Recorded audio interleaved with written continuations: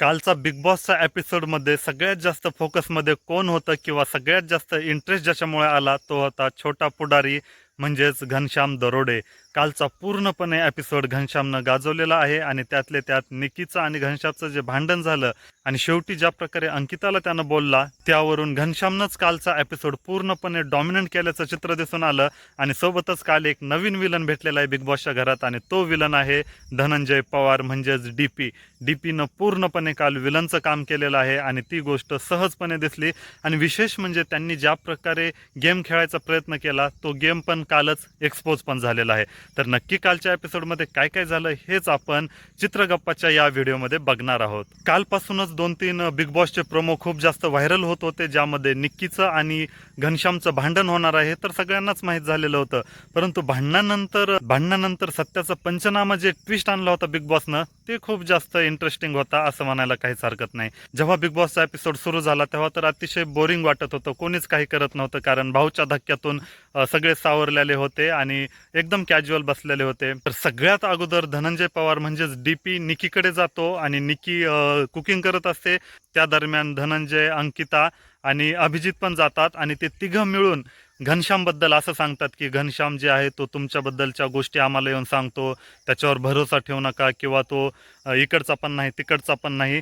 आणि सगळ्यात महत्त्वाचं योगिता जेव्हा घराच्या बाहेर जात होती तेव्हा तो योगिताला असं म्हटलं की आता तू गेल्यावर माझ्यावर मायेचा हात कोण फिरवणार, माझ्यावर प्रेम कोण करणार, अशा प्रकारचं तो योगिताला पण बोलत होता. आणि हेच ऐकून खऱ्या प्रकारे निकीला राग आला कारण तुम्हाला पण माहीत आहे की छोटा पुढारी आणि निकी बहीण भावासारखं राहतात. आणि जेव्हा निकीला हे समजलं की तो योगितासोबत पण असंच बोलतो तर याच कारणामुळे निकीला खूप जास्त राग आलेला होता. आणि जेव्हा धनंजय आणि अंकिता हे सांगून गेले त्यानंतर कॅमेरा फोकस होतो छोटा पुढारीवर आणि छोटा पुढारीला आपल्या बहिणीची आठवण येत असते आणि तो असं म्हणत असतो मी प्रत्येक रक्षाबंधनला घरीच असतो परंतु यावेळेसच रक्षाबंधन मला करता येणार. आणि तो कुठेतरी इमोशनल झाला होता. आणि तेवढ्यातच निकी पण साईडलाच उभी असते, ती म्हणते मग असं वागायचं याच कशाला ना. तोपर्यंत घनश्यामला म्हणजे काहीच माहीत नसतं की निकीला कोणीतरी असं सांगितलंय. मग तो कारण तो त्याच्या इमोशनल झोनमध्ये असतो तर तो अचानक म्हणतो की आता हिला काय झालं. त्यानंतर तो जाऊन तिला विचारायला लागतो की तुला काय झालेलं आहे तर त्यावरती म्हणत्या तू मला बोलूच नको आणि तू कशा प्रकारे वागलेला आहेस आता हे मला समजलेलं आहे. त्यानंतर म्हणजे घनश्यामला तर आयडियाच नसते ना की धनंजयनं असं जाऊन सांगितलेलं आहे. त्यामुळे तो निकीला विचारायचा प्रयत्न करत असतो की नक्की काय झालंय ते मला सांग. त्यावर निकी म्हणते की तुझे तू विचार कर काय झालं असेल. त्यावर घनश्याम ओरडून म्हणतो की बघ दरवाजाच्या बाहेर जाऊ नको, तुला माझी शपथ आहे, काय झालंय ते सांग. ती म्हणत्या मला शपथीवरून काही फरक पडत नाही, मी कोणाला देत पण नाही आणि घेत पण नाही असं बोलून ती निघून जाते. त्यानंतर ती जान्हवीसोबत डिस्कस करत असताना घनश्याम तिथे जातो आणि म्हणतो काय झालंय ते तर सांग ना, मी तुला बहिणीचा दर्जा दिलेला आहे. त्यावरती म्हणत्या तू तू बहीण भावाच्या नात्यावर धब्बा आहेस, तू मला बोलूच नको, तू योगिताला काय बोललायस ते सांग. त्यावर छोटा पुढारी एक्सप्लेनेशन द्यायचा प्रयत्न करतो. निकी ऐकण्याच्या भानातच नसते यामुळे ती त्याकडे लक्ष देत नाही. तर अशा प्रकारे त्या दोघांचं भांडण झालं. त्यानंतर बिग बॉस सगळ्यांना जमा व्हायला सांगतात आणि सत्याचा पंचनामा हे टास्क सुरू होणार होतं. तर या टास्कमध्ये काय असणार होतं, जो कोणी मेंबर आहे त्याला सत्याच्या पंचनाम्यासाठी एका रूममध्ये जायचं होतं, चेअरवर जाऊन बसायचं होतं आणि बिग बॉस जे विचारतील ते खरं आहे का खोटं आहे एवढंच सांगायचं होतं. जर खरं असेल आणि समोरच्या दोन्ही टीमनं जर मान्य केलं तर त्यांना बीबी कॉईन्स भेटणार होते, परंतु जर मान्य केलं नसेल तर काहीच करन्सी भेटणार नव्हते. तर एवढा साधा सिंपल गेम होता, काहीच प्रॉब्लेम नव्हता. सगळ्यात अगोदर आर्या जाते. आर्याला बिग बॉस म्हणतात की सगळ्यात जास्त गेम तुलाच समजतो असं तुला वाटतंय का. तर यावर आर्या हो असं उत्तर देत्या. तर साहजिकच आहे ग्रुप ए आणि ग्रुप बी दोघं पण याला रिजेक्ट करतात किंवा चूक आहे म्हणून ते करतात आणि ते कुठंतरी योग्यच होतं.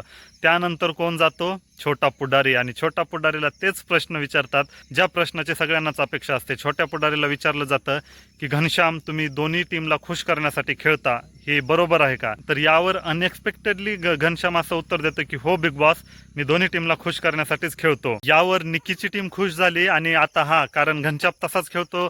ऑलरेडी सकाळीच जाऊन धनंजय आणि अंकितानं निकीला सांगितलं होतं. यामुळे निकीच्या ग्रुपला असं वाटलं की आता ते पण हो म्हणतील आणि निकीन ते पण होच बोलणार होते. तर आणि दोघं जर हो म्हटले असते तर घनश्यामला कॉईन्स भेटले असते, म्हणजेच निकीच्या ग्रुपला कॉईन्स भेटले असते. परंतु अंकिताची टीम नाही म्हणते घनश्याम दोन्हीकडून खेळत नाही किंवा आम्हाला खुश करण्यासाठी खेळत नाहीत.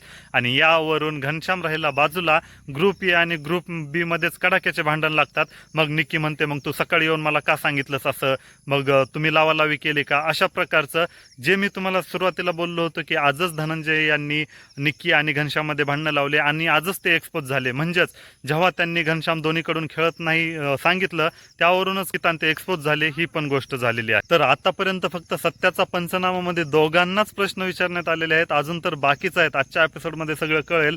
परंतु कालचा जो एपिसोड होता तो गाजवला कोणी, घनश्यामनं, आणि विलन कोण ठरला, धनंजय किंवा पूर्ण बी टीम. कारण बी टीमवर खूप आरोप केले जात होते, हे गेम खेळत नाही, त्यांना गेम कळत नाही. कदाचित त्यामुळेच त्यांनी अशा प्रकारचं गेम खेळायचं ठरवलेलं होतं.